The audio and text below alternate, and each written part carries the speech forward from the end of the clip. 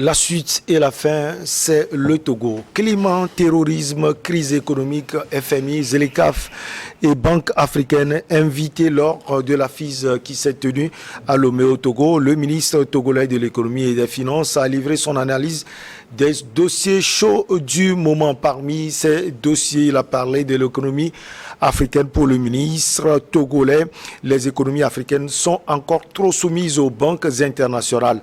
Sami Orosama, on vous retrouve. Vous avez suivi l'interview du ministre Sani Yaya.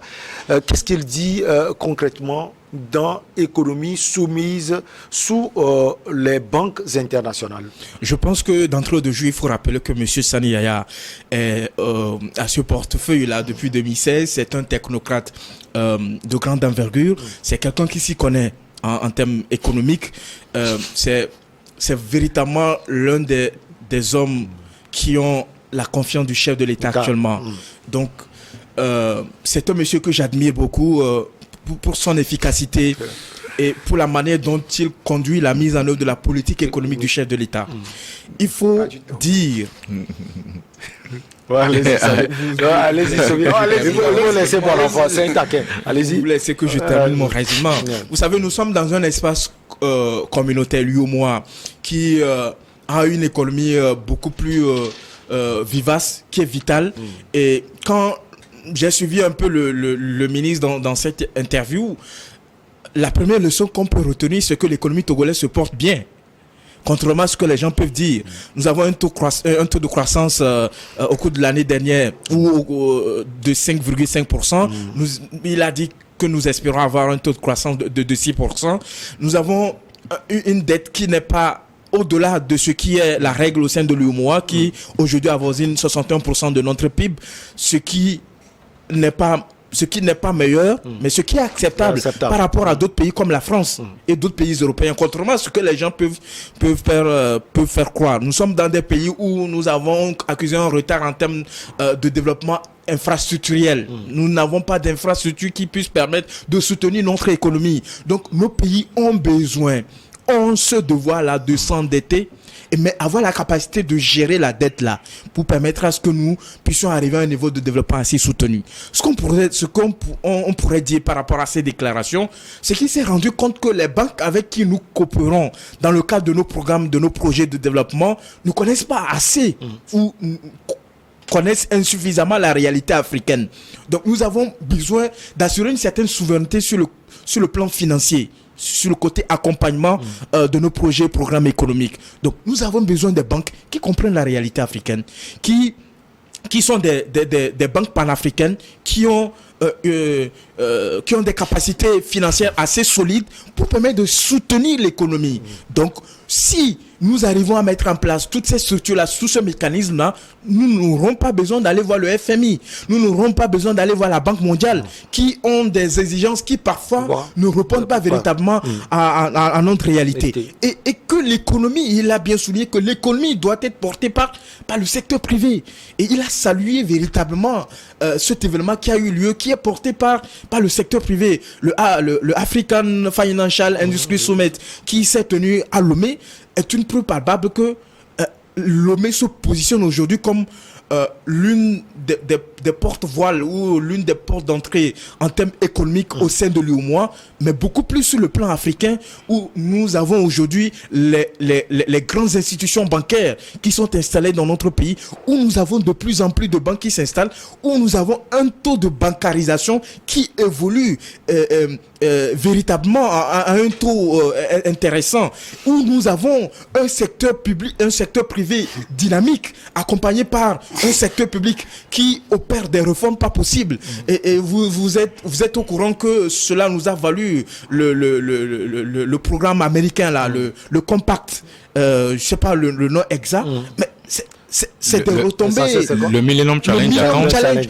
C'est des retombées pas possibles. Il faut mettre cela à l'actif de tous les efforts qui sont consentis par les autorités togolaises, mais conduits par cet homme-là extraordinaire qui est le ministre Sani Yaya. Bon, entendre le ministre, cela veut dire que beaucoup d'efforts peuvent être faits, bon enfant à Bovi, mais l'économie africaine est engloutie par une certaine pression, la pression des banques internationales.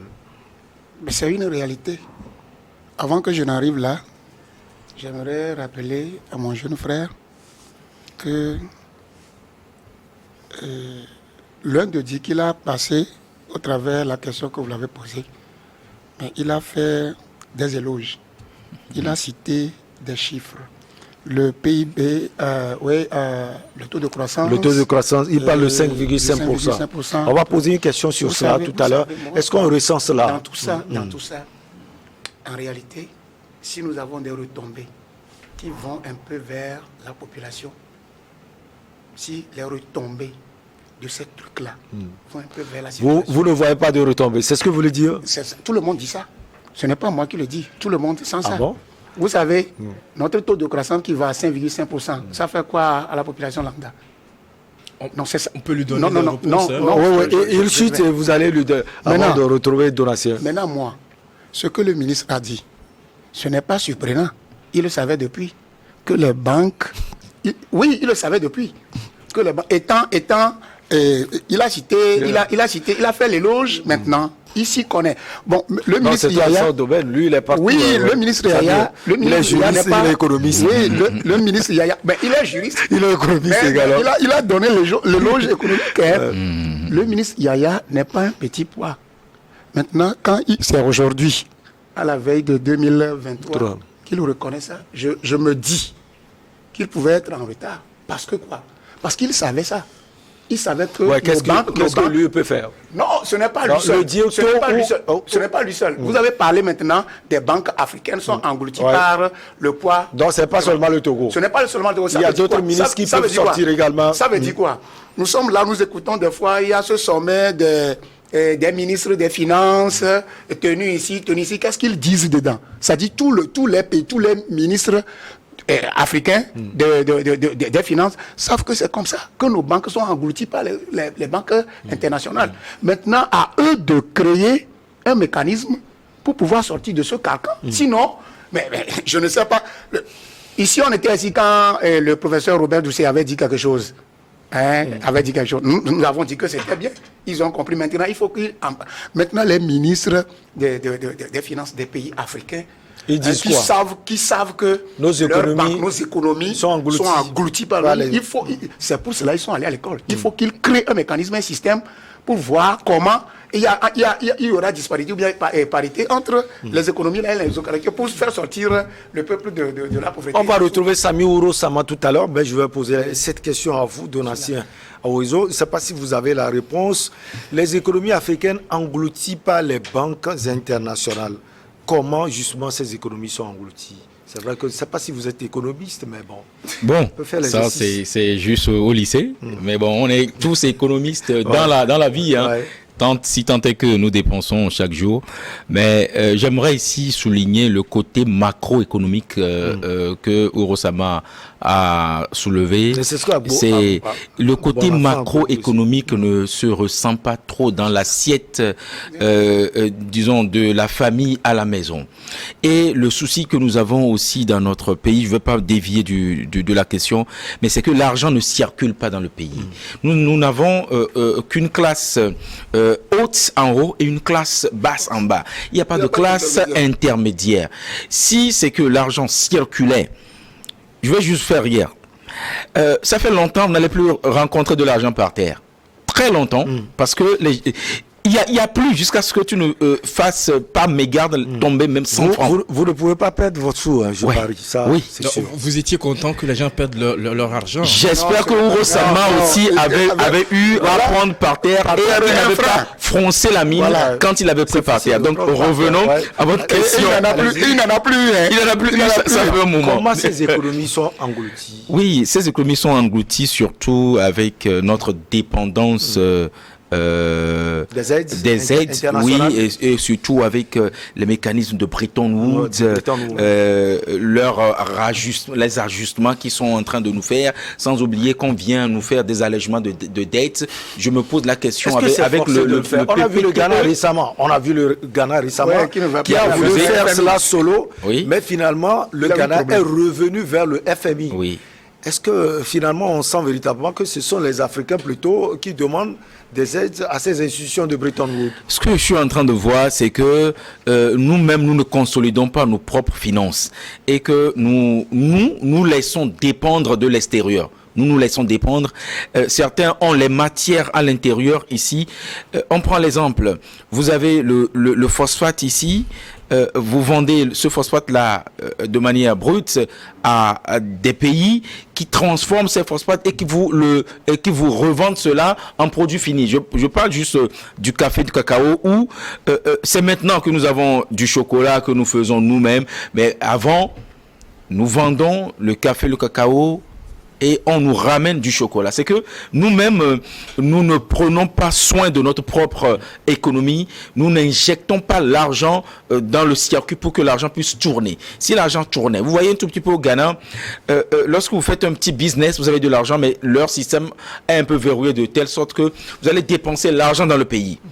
Vous sortez tout de suite au Ghana, vous faites un petit business, vous allez rapporter peut-être 50 000, 100 000 francs. Togolais en poche. Ce que quelqu'un ici gagnera en 2 mois de travail acharné. Donc, c'est l'argent qui ne circule pas dans le pays. On me dira que les jeunes aussi ne créent pas du business. Ils créent. Ils n'entreprennent pas. Ils entreprennent. Mais comment cet entrepreneuriat-là finit? Nous le savons tous. Bientôt, il y a quelque chose qui va arriver. Et la date butoir, c'est le 15 février. Vous savez à quoi je fais allusion là?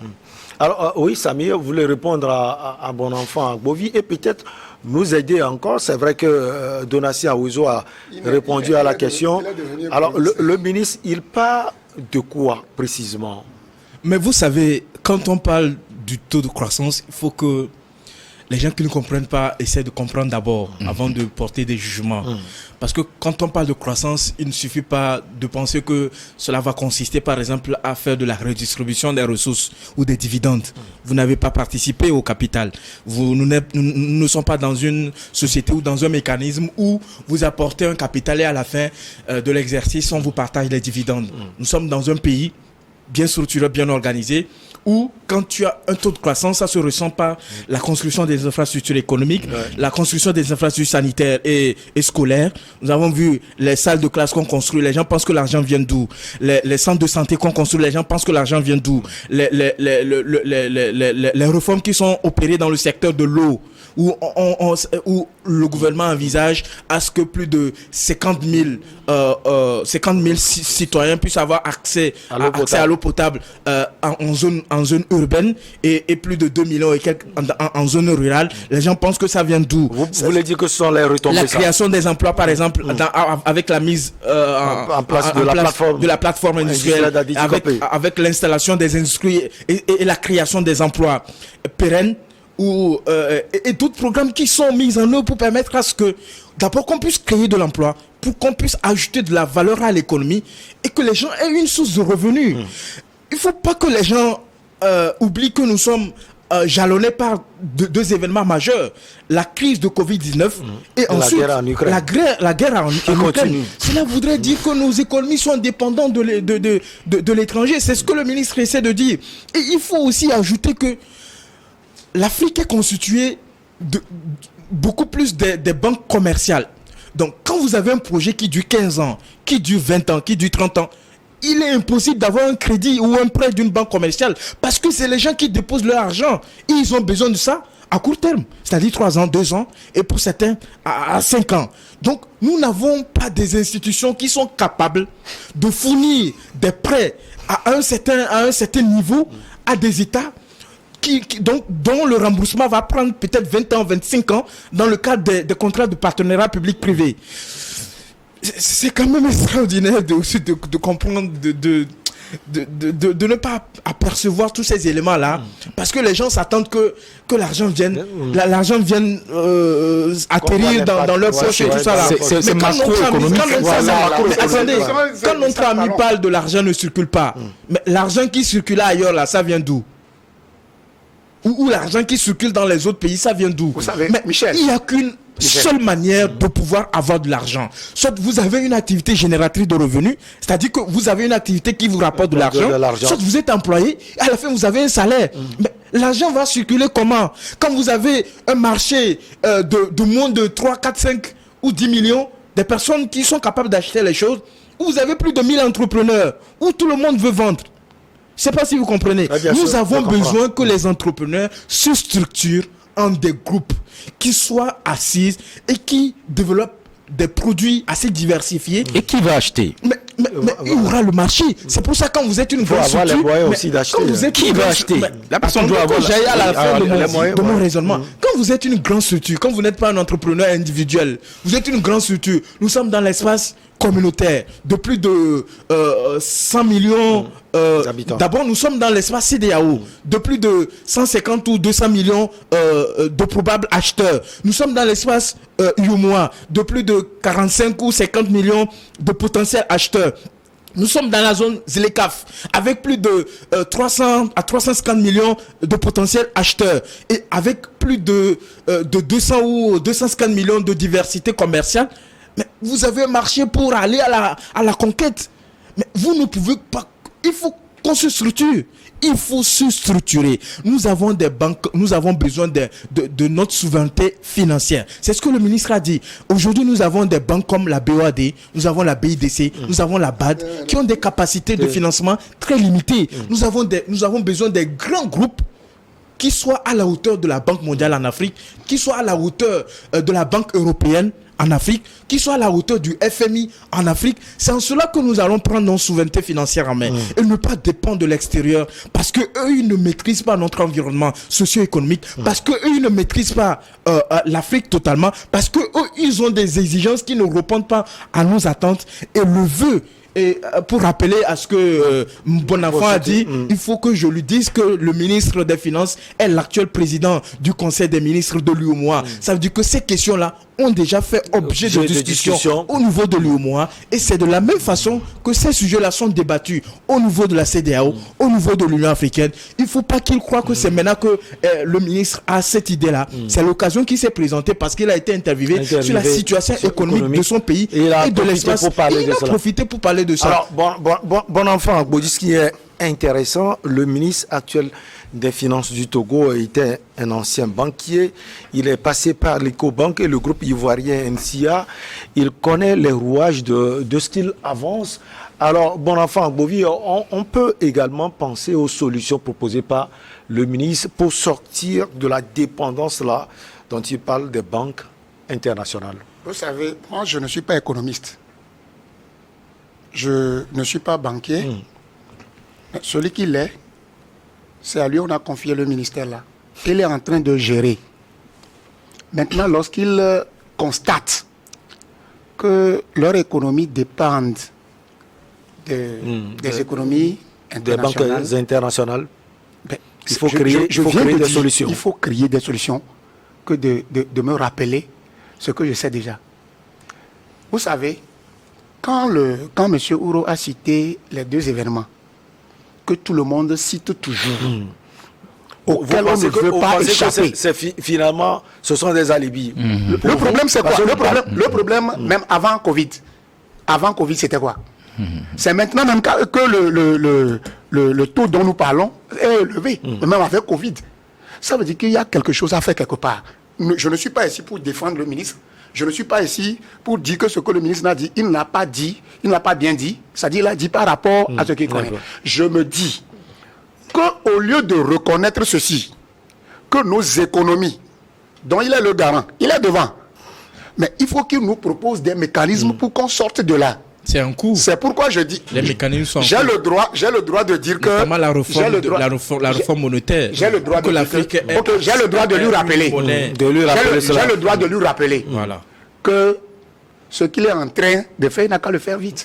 Parce que moi, je n'ai pas besoin de savoir que notre économie dépend de l'économie ailleurs. Moi, je voudrais qu'on nous propose des solutions pour que nous sortions de cette, comment je le dirais, cette dépendance internationale de nos économies. C'est tout ce que je dis. Qu'on peut dire qu'il y a Covid, il y a Ukraine, etc. Mais il y a Ukraine, mais il y a des gens qui fleurissent. Leurs économies fleurissent. La Côte d'Ivoire, par exemple. Par exemple, il a cité la Côte d'Ivoire dans la sous-région. Il faut que nous apprenions ce qui est bon et que moi, je voudrais, en tant que citoyen, qu'on me dise qu'à partir d'aujourd'hui, voilà ce qui est important pour les Togolais. Le Togolais n'a pas besoin, tous les Togolais ne comprendront pas ce qu'on appelle taux de croissance. Taux de croissance.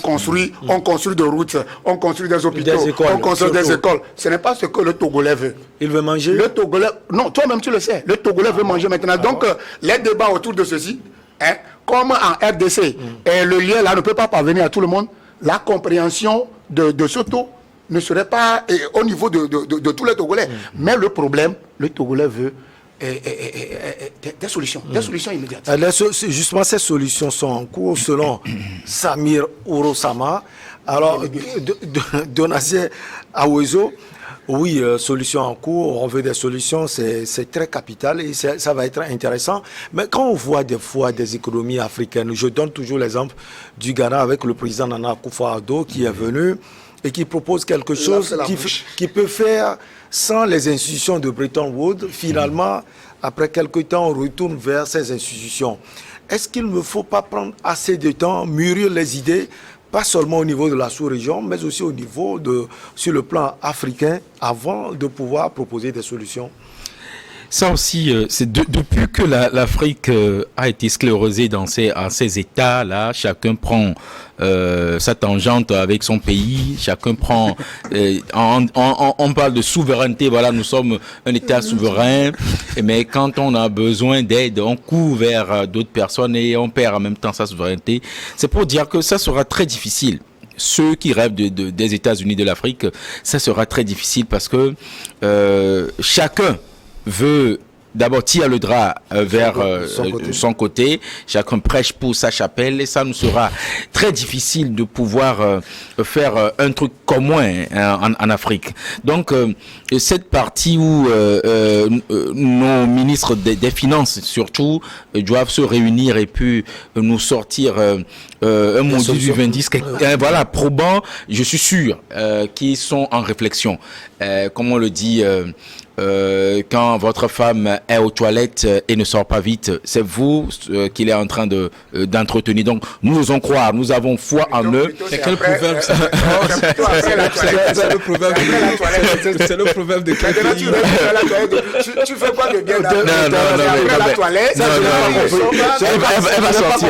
Elle va sortir. Elle va sortir. Quand elle dure, c'est qu'elle s'entretient pour toi. C'est toi qu'elle entretient. C'est ce qu'il veut dire. Voilà, c'est toi qu'elle entretient. Donc juste ça, c'est pour détendre l'atmosphère, pour dire que j'ose croire, et j'ai cette foi en nos ministres, qu'il n'a pas fait cette déclaration fortuitement. Il a réfléchi et l'occasion s'y est prêtée, de la même manière que le chef de l'État a eu à dire un jour qu'une minorité s'accapare la richesse de notre pays, et nous osons croire que il est en train de mettre les mécanismes sur place pour pouvoir nous coincer cette minorité-là et pouvoir faire quelque chose. Donc le ministre aussi a aussi cette manie de pouvoir nous faire sortir de cette situation qu'il a eu à décrire. Alors les solutions... Tu vas savoir que moi j'aime tellement mon pays. Je sais. Je ne doute pas de la bonne foi du ministre. Ouais. Parce que c'est un ministre qui parle rarement. C'est-à-dire que c'est quelqu'un qui fait comme son patron. C'est un technocrate. Les technocrates ne parlent pas.